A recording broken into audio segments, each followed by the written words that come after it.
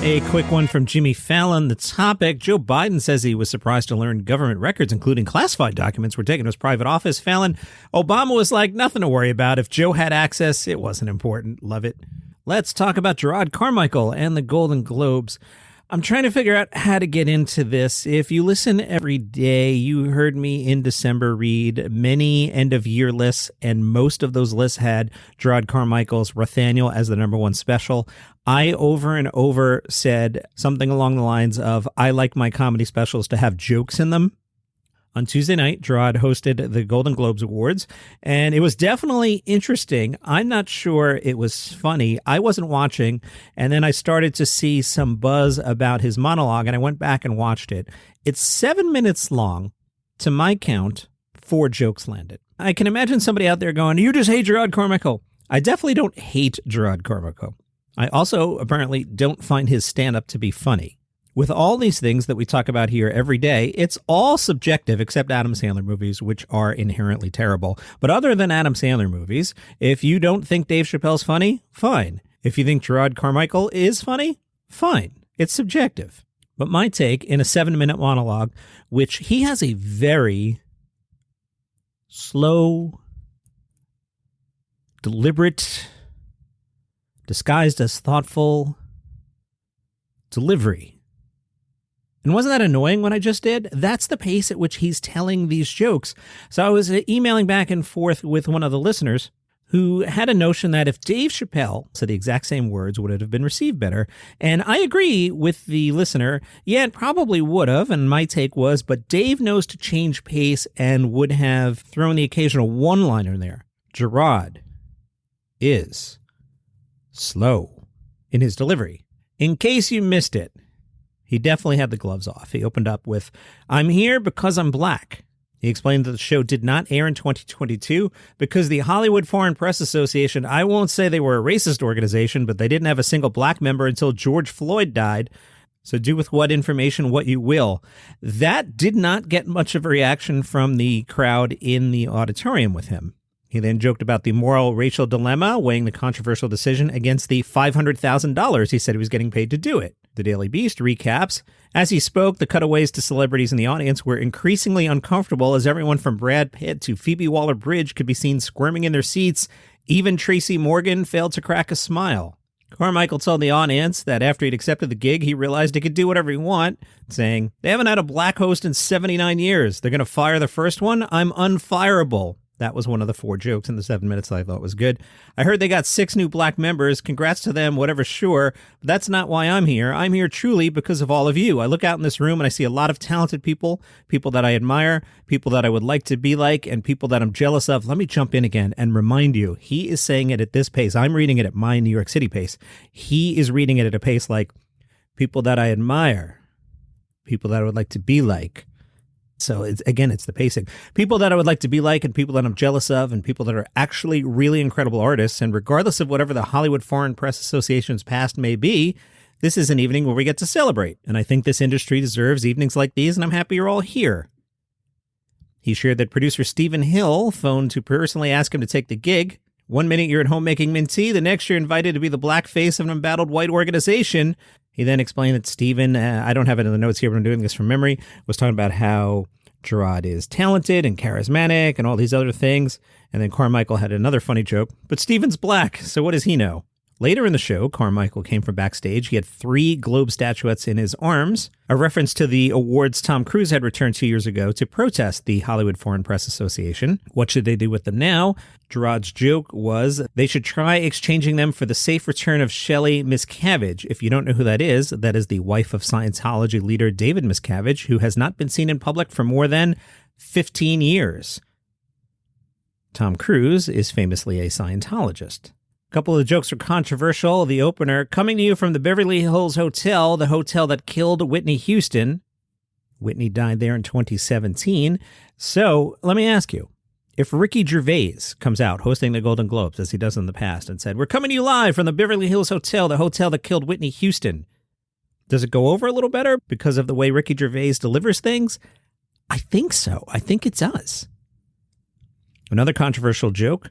Jerrod said. While we're on commercial, we actually presented Will Smith with the Rock Hudson Award for Best Portrayal of Masculinity on Television, so please give it up for Will Smith. Decider reminds us, if you're unfamiliar with the reference, Rock Hudson was a matinee idol who rose to fame in the 50s as one of Hollywood's leading men and sex symbols until the closeted actor's life and career took an unexpected tragic turn when he was diagnosed with and subsequently died from AIDS. Hudson was, at the time of his death in 1985, arguably the most famous person to have died from the disease. And it wasn't until he passed that his identity as a homosexual man was revealed. This next paragraph from Decider, as Mr. Spock might say, fascinating. I'll read it verbatim. Decider writes, Will Smith, on the other hand, presents as a heterosexual male, is married to a famous actress, and got in all kinds of hot water last March for slapping Oscars host Chris Rock when Rock made a fairly innocuous joke at his wife's expense.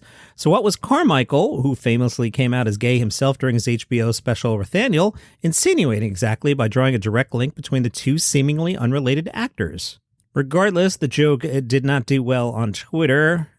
At Reagan Fox tweeted, the underlying assumption is that Rock Hudson couldn't really be masculine because he was gay. F that host.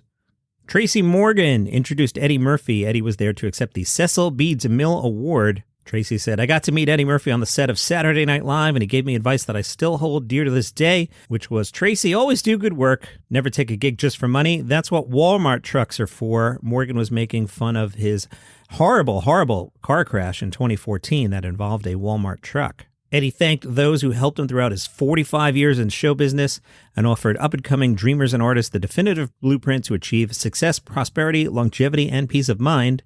Wait for it. It's very simple. You just do these 3 things. Pay your taxes, mind your business, and keep Will Smith's wife's name out of your bleeping mouth. The censor bleeped where I said bleep. Backstage, Eddie was asked his opinion on the current state of comedy. I love his answer. He said, you came too hard for the first question. I think comedy's just fine. There's a lot of funny people out there. There's a bigger platform to do comedy. It's just fine. Eddie, would you host SNL again? Interesting use of the royal we here. Eddie said, we would have done it last year. Absolutely would go back and do it again. Has he spoken to Will Smith or Chris Rock about the slap? No, I haven't, but I love them both. Abbott Elementary won Best TV Series, Musical, or Comedy. That was really the only comedy-related award relevant to this particular podcast. So what was I watching while not watching the Golden Globes? I was watching Andrew Santino's Cheeseburger on Netflix. I thought about doing some big preamble with a but let me just give you my review. It's bad. So far, in 2023, I've watched one comedy special, which was Andrew Santino's Cheeseburger, and it's not on my top specials of the year list. Here's why. It opened up okay, and then 9 minutes in, he's doing a prostate exam joke. You've heard this 5 trillion times. You know the bit. Hey, I went to the doctor, and the doctor said, hey, bend over, and he stuck a finger up my butt. And then you do some humor about how you don't like having a finger up your butt. Oh my goodness. Really? In 2023, you're doing a prostate exam joke? Come on, man. Like, really? Like, 9 minutes into your set, that's your thing? That's like open mic stuff. Like, I've never performed stand-up. I'm tempted to go to an open mic tonight and do 30 seconds of crowd work and do a prostate exam bit and see if I can get any laughs. I watched the special to about 13 minutes in. Then I bailed. I was on the Reddit for stand-up. It seemed a lot of people on there agreed with me that it is not a good special.